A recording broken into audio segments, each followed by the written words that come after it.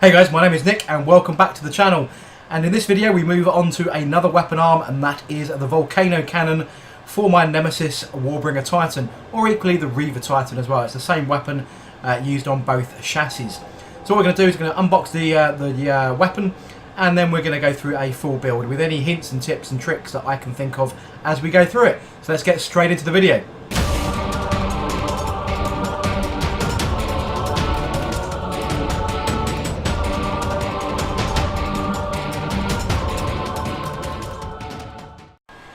So then guys, this is the box that we get, and it is standard Forgeworld white box for their weapon options these days. Let me just check, make sure we're looking at the right one. So this is the build of the Volcano Cannon for the Reaver class slash Warbringer class, Nemesis Warbringer class, which is what this one's going to be used for. Although I'm going to be able to try and make this so that I can mix and match between the two Titans. So once I've unboxed it and taken a look at everything inside, make sure we've got all the pieces. All I've done is clean up the components, and I've done that with a razor saw and a scalpel blade, as well as a small piece of sanding material. Now I've got a full guide on how I do all that cleanup process in previous videos, and if I remember, what I'll do is I'll link that in the description below, so you can go and find out how I've prepared. I think it was a Custodes model that I did a full resin preparation class video on. So the key connection point here is that rear energy section and the front barrel, and that is what I'm going to be using JB Weld on. And then what I'm going to do to hold that together, because it does once again exceed the length of the clamps that I do own, I've got sort of a fairly taut elastic band that I'm going to be using, and then I'll put that round, and then we'll just leave that to set up right under its own weight. So this is the only section, as I said, I'm going to be doing JB Weld on, so we're going to mix up a little bit of this super stuff bonding agent, and the other components, what I'll do is I'll actually super glue those. So we'll get to that in a second. So what we'll do is we'll mix up this JB Weld first, and then I'll show you where I've applied it. One of the key things to make sure that before you apply this though is that the parts are dust free and clean, and between the two joins. Now there is a protrusion on the barrel end and a receiver section on the heatsink end on the left of that video. And you need to make sure that if the parts have been cleaned up enough that they actually, when they go together, that the bonding agent you put into the recess and on the other end is actually going to reach each other. So there might be a bit of packing that you need to do in order to make sure that the bonding agent isn't just sort of free floating in air, if you kind of get what I mean, in that hollow space. So all I'm going to do is use my tried and tested cotton bud technique and put a lump of this in there, and then test fit it. So it's just a case of now just making sure that I've got enough in there and just putting it on all the contact points that you can see when you test fit these two components. You can see there how I use that cotton bud is pretty accurate. It doesn't go everywhere if you're using a spatula, and I'm finding this a really good way of doing it. And the actual cotton of the cotton bud doesn't get all clogged up in the resin mix itself, in the weld mix. So I've put a little bit around the edges there as well, and then just scoop up a little bit more and put it onto the barrel end.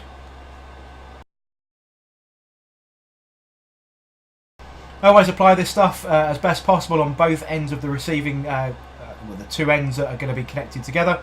Make sure it gets a good liberal coat, but not stupidly thick that it's going to ooze out everywhere, because it is a bit of a messy substance to try and clean up.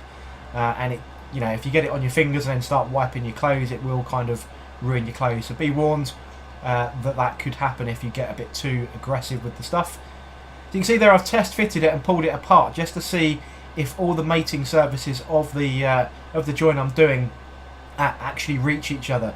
And you can tell that just from the feel of the pull as you separate the two parts. And you notice I'm applying a little bit more of the stuff in here because I didn't feel it wasn't quite good enough when I squidged the two components together. So as I do that, I can now feel just how much of a bond that's going to form, just in sort of the not the elasticity, what's the opposite of that, the adhesivity. Is that a new word I've just invented? But once again, still not quite happy, so I'm just going to use the remainder that I've got mixed up, apply it to that end in just a little bit more of a lump, so that when it goes together it will just sort of spread out and form that really good solid bond. Just tidying up any of those other bits there, and then we should be good to attach this, I believe, this time.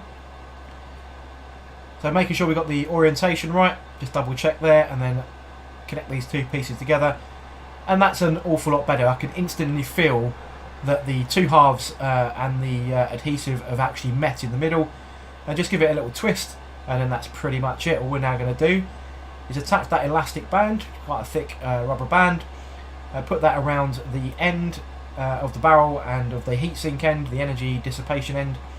Then we can put that to one side and leave it for 24 hours to fully set. Just making sure everything is aligned before we leave that to go, because if it's a little bit off centre, it will obviously show, and you'll never be able to remove these unless you cut them in half. So once we're happy with that, just need to put it into some kind of device that's going to hold it upright, and a coffee mug is perfect for it, and we just leave it in there and we're good to go on to the next sections. So a day later, the magic of television and video editing. This is 24 hours later, and we can make sure, look at that, that is not going anywhere. That is solid as a rock. So what we can do now is, these two pieces here are not required if you're going to be building this for the Nemesis class Titan. They're only required for the hose connections that you get on the torso of the Reaver. So I'm going to leave those sections off for now. I believe I did leave them off on the Reaver because I didn't have all the hoses so that I could magnetise the weapons. And unless you buy a third-party rubberised hose section that you can clip on and clip off, using the resin hoses really doesn't work for magnetising for me. To just test fit all the components, all we've got basically left is some hoses and a little nozzle section. And just with all super gluing sections, make sure you score and key all the receiving and protruding parts that you're going to be connecting with the super glue. Gives them that little bit of recessed surface area in order to allow the components to bond effectively. So just getting the super glue into these sections here so that we can attach the rear hose sections. Quite easy, and then while I'm on that piece I can just dab a little bit of super glue into there. Then we put the hoses in, give them a little press down, make sure that's all in the right place, which I'm happy with, and then just put this other little weird section thing, don't even know what that is, it's part that you couldn't cast obviously as part of the main section. And once again all I did was gave that a little wiggle just to make sure that the two mating surfaces actually meet. They didn't quite meet as far as I could tell, so I did put a little bit more super glue in there just to pack out the space. And there we go. You could use green stuff or something similar just to pack out that little bit, but thick super glue gel works just fine for me. All we now have then are these two side cables, just making sure, test fitting to make sure that there's no bending that's required with heat treatment, hot water or a hairdryer for example. They seem to fit quite nicely, so all we can do now is go ahead and super glue the two ends that are required here. So I'm just going to put a dab on each end of the weapon, and I can do the other side at the same time, quite easy. And these are the last parts that we'll be doing in this Volcano Cannon build. Once the super glue's in, all we do is just grab the cables again. I did look at this to see whether I needed to leave them off for painting, but I think pretty much most of this kind of stuff is going to get airbrushed and then I'll hand paint the cables, so I'm not overly fussed.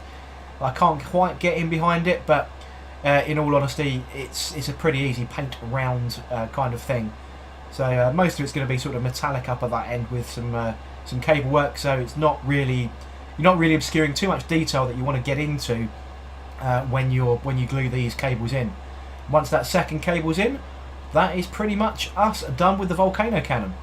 There are two armour sections, some protective plates that do go around this as well, but for obvious reasons, for painting reasons this time, I will not be assembling those, but I'll just show you how this one goes on. In fact, that one doesn't go on there, it's the other side. Go on, pick it up, there we go. And that just fits into that little lug there, and then the other one will go on the other side. The weapons are ambidextrous, they can go left or right handed, and that is pretty much it. And I'll be painting those armour plates in the same colour scheme as the rest of the Titan as well, so the Warbringer Legio that I have got. And there is the end of the build. So there we go then guys, that is the Volcano Cannon built, all bar the armour panels as expected. Keep those off ready for painting separately to the main weapon. I can then paint those armour panels alongside the rest of the armour panels as part of the main vehicle or main Titan build. But I hope you enjoyed the video and learned something new. If you did, don't forget to like, comment and subscribe, and I shall catch you guys on the next video.